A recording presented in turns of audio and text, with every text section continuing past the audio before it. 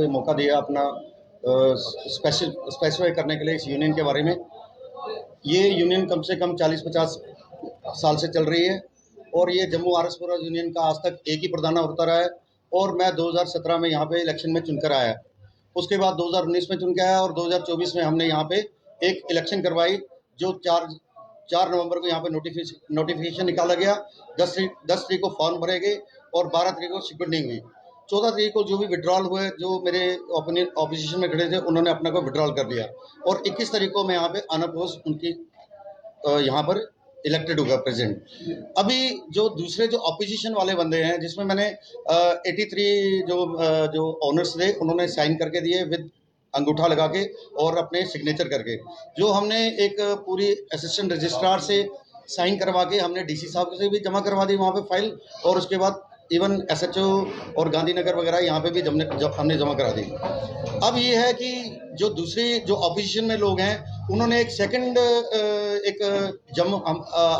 Passenger group की करवा के वो उसको रजिस्टर करवा के पैरेलल आपके हमारे यहाँ पे खड़ी कर दी, जबकि ये पैरेलल यहाँ पे रूट्स में चलती नहीं है क्योंकि एक ग्रुप रहेगा तो ज़्यादा बढ़िया चलेगा।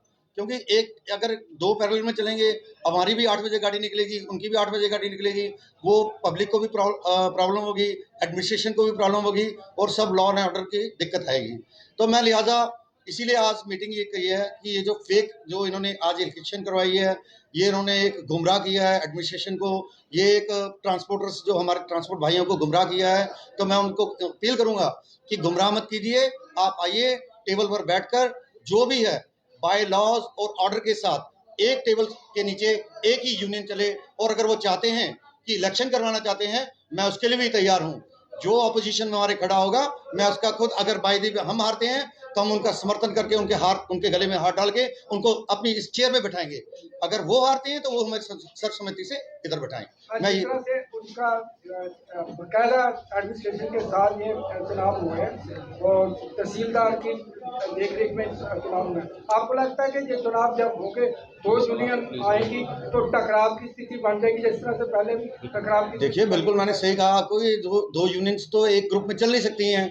ये बसेस हैं, सुबह 6 बजे गाड़ी चलती हैं, रात को 8 बजे तक चलती हैं, और एक यूनियन में जब वो अपना टाइम टेबल बनाएंगे और हम टाइम टेबल बनाएंगे, टाइम टेबल एक जैसा होगा, गाड़ी जो होंगी 1-2 टाइम की निकलेंगी, तो उसमें ऑलरेडी आपको मालूम है कि वहाँ पे लड़ाई झगड़े का या कुछ एक्सीडेंट होने के चांस बनेंगे और उसमें लॉ एंड ऑर्डर की भी प्रॉब्लम आ जाएगी।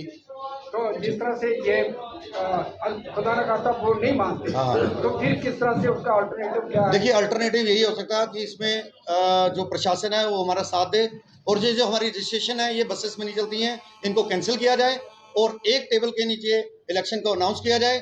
और मैंने आपको पहले भी कहा कि वो इलेक्शन अनाउंस करके जो भी कैंडिडेट अपना फॉर्म भरना चाहता है वो फॉर्म भरे और इलेक्ट होके एक टेबल पर एक ही प्रेसिडेंट हो, एक रूट में दो प्रेसिडेंट नहीं चल सकते। तो जो पैरेलल फंडिंग जारी है उसके गाइडेंस कौन कर रहा है, कौन है? देखिए उसका तो सीधा है कि वो अजीत सिंह के पीछे उनके, वो उनको गाइडेंस दे रहे हैं। तो ऐसा गाइडेंस मैं अजीत सिंह से भी दरख्वास्त करूंगा कि ऐसा इसमें ग्रुप में दो फाड़ना मत करवाएं और इसको पैरेलल होके ना चलवाएं। और जो भी अगर उनको भी कोई परेशानी है, हमारे डीसी साहब चेयरमैन उनके साथ अप्रोच भी किया था, उन्होंने बोला था ऐसा मत कीजिए, इस रूट को एक रहने दीजिए, हमें बड़ी प्रॉब्लम हो रही है, हमारे ट्रांसपोर्टर्स को बहुत प्रॉब्लम आ रही है। इस मुद्दे को लेकर क्या आपने डीसी के साथ मीटिंग की या कोई डिप्टी कमिश्नर की कोई मीटिंग हुई इसके बारे में? देखिए हमें अभी डीसी साहब से कोई नहीं आई, कोई कॉल वगैरह नहीं आई, कोई एडमिनिस्ट्रेशन ने आपने अप्रोच करने की कोशिश?